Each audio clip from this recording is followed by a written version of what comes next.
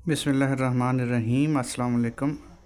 प्यारे दोस्तों, आजकल गर्मी का मौसम है और गर्मी में आने वाला एक शानदार फल है जिसे हम एक आम सा फल समझते हैं, लेकिन ये बहुत कीमती और फ़ायदेमंद फल है और बड़ा सस्ता और आम मिलने वाला फल है। अगर हम इसके फ़ायदों को देखें तो अल्लाह की ज़ात ने इसके अंदर बेपनाह फ़ायदे रखे हुए हैं। इस फल को हम तरबूज के नाम से जानते हैं। ये तरबूज गर्मियों का आम फल है जो नहायत फ़रहत बख्श और सर्द तासीर का मालिक होता है।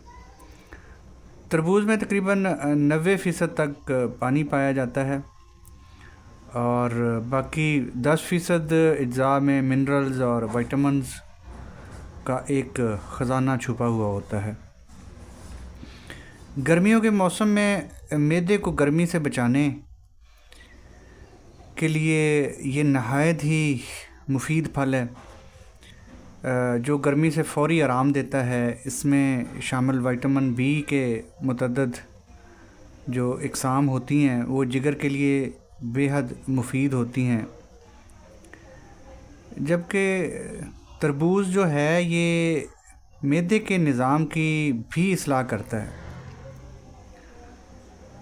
और इसका जो फ़ायदा है जिगर या मैदे के लिहाज से उसे मेरा ख़्याल में शायद लफ्ज़ों में यहाँ बयान करना मुमकिन नहीं है। तरबूज़ का जूस नहायत सर्द तासीर रखता है, ताहम इसके जूस की निस्बत फल खाना बहुत ज़्यादा मुफीद है। आम तौर पर तरबूज़ खाते वक्त इसके बीज निकाल कर हम लोग फेंक देते हैं, लेकिन ये बहुत मुफीद होते हैं। इन्हें बारीक चबा के भी खाया जा सकता है और पीस के भी खाया जा सकता है। माहिरीन ग़िज़ाइयत के मुताबिक तरबूज़ के बीज में ऐसे अज्जा पाए जाते हैं जो अंदरूनी जो हमारे मैदे और अंतड़ियों के ज़ख़म होते हैं उन अंदरूनी ज़ख़मों को ठीक करने, हील करने, मुंतमिल करने और दूर करने में बहुत मदद देते हैं। ऐसे अफराद जिनकी खुराक की नाली और मैदे में ज़ख़म हों, जो हमारा डाइजेस्टिव ट्रैक होता है उसमें ज़ख़म हों, उन्हें तरबूज़ बीज के साथ खाना चाहिए और बीज को अच्छी तरह चबा के खाना चाहिए। इसके अलावा अगर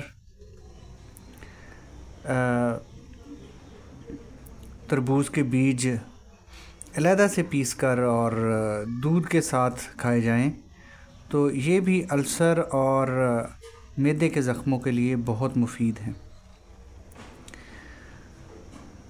दोस्तों, तरबूज़ सीने में जलन, गैस और जो एसिडिटी के लोग होते हैं, अल्सर्स वाले लोग होते हैं या एच पाइलोरी की जो तकालीफ़ पाई जाती हैं। बेसिकली एच पाइलोरी में भी एक बैक्टीरिया होता है जो जिसे हम हेलिकोबैक्टर कहते हैं। इसकी वजह से इंटेस्टाइन में और डाइजेस्टिव ट्रैक में मैदे में ज़ख़म हो जाते हैं और ये बैक्टीरिया वहाँ जाके छुप जाता है। बेसिकली तो ज़ख़म कर देता है ना ये, और अल्सर्स बना देता है। इन तमाम अल्सर्स के लोग मैदे की जलन, गैस, एसिडिटी, कब्ज़ और इन तमाम मसाइल के लिए तरबूज़ बहुत ही अच्छी तासीर रखता है और अपने अंदर बहुत सारे फ़वाइद रखता है। तरबूज़ को जिस तरह भी खाया जाए खाना चाहिए, लेकिन कोशिश ये करनी चाहिए कि तरबूज़ खाली पेट खाया जाए और इसके बाद फिर पानी या कोई और चीज़ कुछ देर के लिए, जब तक ये हज़म ना हो जाए, ना खाई जाए। अगर आप इसके बाद पानी या कोई चीज़ और खाएंगे तो इसमें शुबा हो सकता है कि आपको हैज़ा हो सकता है। तो इस तरह की कॉम्प्लिकेशन से बचने के लिए तरबूज को आप खाली पेट खाएं, और बेशक पेट भर के खाएं। ठंडा खाएं, गरम खाएं। गरम खाने में थोड़ा सा मुश्किल लगता है, लेकिन ठंडा करके खाएंगे तो आप ज़्यादा तरबूज खा सकेंगे और ज़्यादा मज़ा, और इसके जो जायका है, इसका जो टेस्ट है, उसे आप ज़्यादा इंजॉय करेंगे। मैं तो आपको ये मशवरा दूंगा कि तरबूज रात को काटें और फ्रिज में रख दें। सुबह को नाश्ते की जगह पे निहार मुँह पेट भर के तरबूज खाएं, हल्का सा काला नमक ऊपर डाल लें।